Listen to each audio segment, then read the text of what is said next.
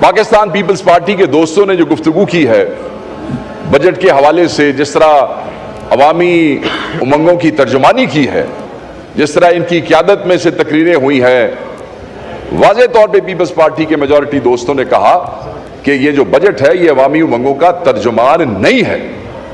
خدا کرے، میں یہ دعا کرتا ہوں کہ اللہ تعالیٰ انہیں یہ ہمت دے کہ یہ جو بات ہے کہ یہ بجٹ عوامی امنگوں کا ترجمان نہیں ہے، اس پہ کھڑے رہیں، اور کہیں ایسا نہ ہو کہ جمہوریت کے مفاد میں، جیسے ابھی یہاں کہا گیا کہ ہم نے پہلے چارٹر آف ڈیموکریسی کے لیے سپورٹ کیا تھا، اب چارٹر آف اکانومی کے لیے سپورٹ کریں گے۔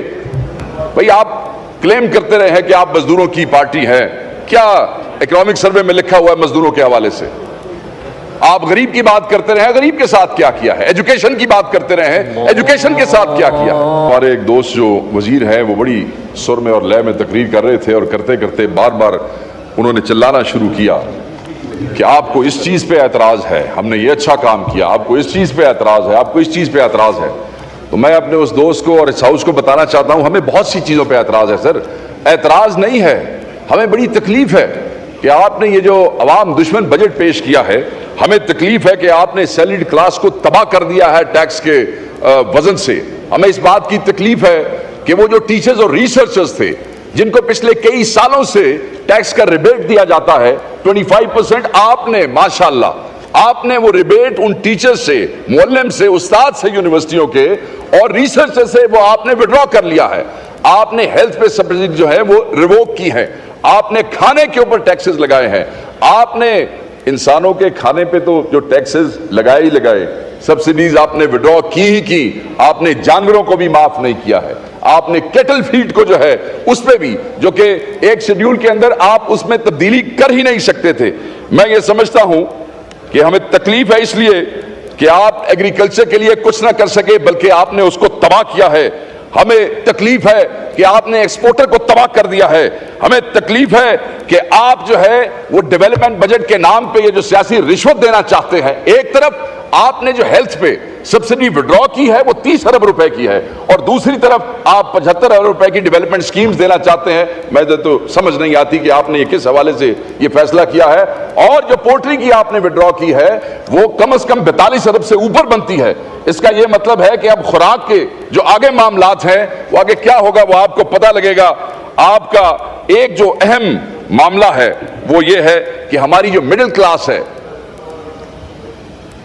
ڈپٹی اسپیکر صاحب، ہماری جو مڈل کلاس ہے، جو شرنکنگ مڈل کلاس ہے، آپ نے اس کو اور دبا دیا ہے، اس پہ اتنے ٹیکسز لگائے ہیں کہ اب کوئی ان کے لیے راستہ نہیں رہ گیا ہے کہ وہ کس طریقے سے ڈے ٹو ڈے لائف میں جو ہے اپنا لائیولیہوڈ اس کو یقینی بنا سکے، سفید پوشی کا بھرم رکھ سکے، بچوں کی فیسیں دے سکیں، گاڑی میں پیٹرول، آپ نے پیٹرول لیوی بھی بڑھا دی ہے، گاڑی میں پیٹرول ڈلوا سکیں، اسکولوں کی فیسیں، اور تو اور چیریٹیبل ہاسپٹلز، یار چیریٹیبل ہاسپٹلز کی جو سپلائیز ہیں وہ بھی آپ نے ٹیکس کر دی ہیں، یعنی کہ آپ نے ان کو بھی نہیں چھوڑا۔ فارماسیوٹیکلز جو ہیں آپ نے ان کی ایگزمپشن بھی وڈرا کر لی ہے، پھر یہ کہتے ہیں کہ آپ بجٹ پہ بات نہیں کرتے، بجٹ کے کس حق پر پھر آپ بات کریں؟ ہر چیز جس سے عوام کو ریلیف مل سکتا تھا آپ نے اس کو تباہ کر دیا ہے۔ آپ مزے کی بات دیکھیں کہ ایف پی آر کا جو ہدف تھا پچھلے سال وہ 9,415 ارب روپے کا تھا، آپ کو ریوائز کرنا پڑا، اور ریوائز کر کے آپ 9,252 پہ لے گئے، اور وہ بھی ابھی تک کلیکٹ نہیں کیا، مگر کیا جن بٹھائے ہوئے ہیں آپ نے اپنی منسٹری کے اندر، انہوں نے اس دفعہ وہ ہدف نامکمل ہو سکا اس کو آپ لے گئے ہیں 12,970 کے اوپر، یعنی کہ پچھلا مکمل نہیں ہوا، اور 3,718 ارب روپے، اور کتوں کٹو گے پیسے؟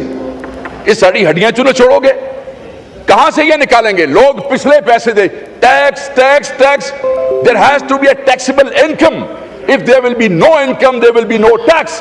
آپ نے تو بندوں کو اس قابل چھوڑا ہی نہیں کہ وہ آپ کو ٹیکس دے سکیں، مگر پھر آپ نے ہمیں نچوڑنا ہے، اور نچوڑ کے آپ نے یہ جو ناکام آپ کے ٹارگٹس ہیں، میں یہ سوال کر رہا ہوں، مجھے امید ہے کہ حکومت کا کوئی بندہ جواب دے گا، پیسے پورے کتوں کرو گے؟ ساڑھے کو تو شکت نہیں رہے گی، پاکستانی عوام کو تو پیسے دینے رہ نہیں گئے۔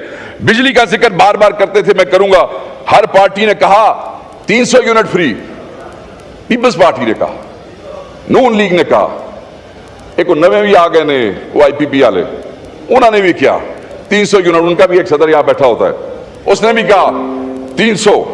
سر آپ یہ دیکھیں، مذاق ہے، کہ بجلی کے حالیہ بلوں میں جو پروٹیکٹڈ کیٹیگری اور نان پروٹیکٹڈ کیٹیگری کا فرق سمجھے کہ 200 یونٹ کا بل ہے 3083 روپے. یہ سر سننے والی بات ہے. 200 یونٹ کا بل ہے 3083 روپے. 201 یونٹ کا بل ہے 8154 روپے صرف ایک یونٹ سے. اضافی یونٹ جو ایک بنا وہ 5071 روپے, مطلب 200 یونٹ سے اوپر ایک یونٹ کا بل 5071 آ سکتا ہے. اس غریب, دیکھیں اس کا نوٹس کون لے گا سر؟ مجھے آپ یہ بتائیں کہ اگر آپ اگلے 6 ماہ تک اس کو مسلسل دیتے رہیں تو آپ کو وہ ایک یونٹ پڑتا ہے 30,000 روپے کا.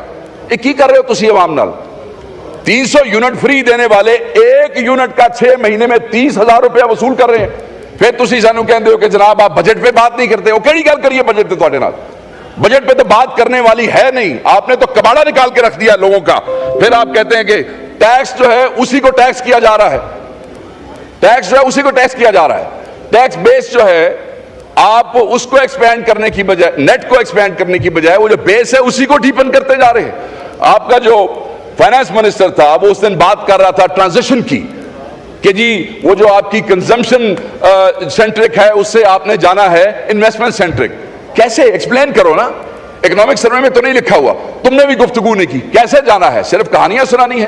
مطلب آپ ملک چھوڑ کے چلے گئے, آپ ہالینڈ کے شہری بن گئے, اتوں اگلے تو سب جھنڈا وکھایا گڈی دے ہوتے تسی واپس آ کے دوڑ کے, اور آپ اب ہمیں بتا رہے ہیں کہ آپ نے کیسے راتوں رات وہ جو کنزمپشن ہے اس کو آپ نے انویسٹمنٹ کی طرف لے کے جانا ہے. تو کیا بات کریں سر, اس میں تو ایسی ایسی چیزیں ہیں کہ اس میں بات کرنے کا کوئی فائدہ نہیں ہے. میں صرف دوسری بات کرنا چاہتا ہوں. ہمارے لیڈر کے اوپر دوستوں نے بات کی ہے, لمبی چوڑی بات نہیں کرتا. مجھے صرف یہ بتائیں, کوئی ایک پارٹی اس ایوان میں موجود ہے, کسی ایک پارٹی کا ایسا لیڈر ہے جو خود جیل میں ہو, اس کے امیدوار روپوش ہوں یا اشتہاری ہوں؟ ابھی ہمارے بلال اعجاز کے اوپر اس نے کہا 48 پرچے ہیں, حلقوں میں نہ جا سکیں. صرف لیڈر کی تقریر پہ, نہ لیڈر کا جلسہ, نہ امیدوار کا جلسہ, نہ کوئی کیمپین, نہ کوئی فوٹو, نہ کوئی بینر, نہ کوئی پوسٹر. میں دیکھنا چاہتا ہوں کسی کا منہ, کسی لیڈر کا یہاں پہ بیٹھے ہوئے کہ ایسی پارٹی, ایسا لیڈر جس کی تصویر کے اوپر بغیر امیدوار دیکھے لوگوں نے لاکھوں ووٹ دے دیے ہیں, اور آپ بات کرتے ہیں عمران خان سے مقابلہ کرنے کی. کسی کا منہ نہیں ہے اس سے مقابلہ کرنے کی. ایک عمران خان بیٹھا جیل میں ہے, ساری حکومت نے انگلی تے نچایا جی, دن رات, چاہے ادھر بیٹھے ہیں چاہے ادھر بیٹھے ہیں.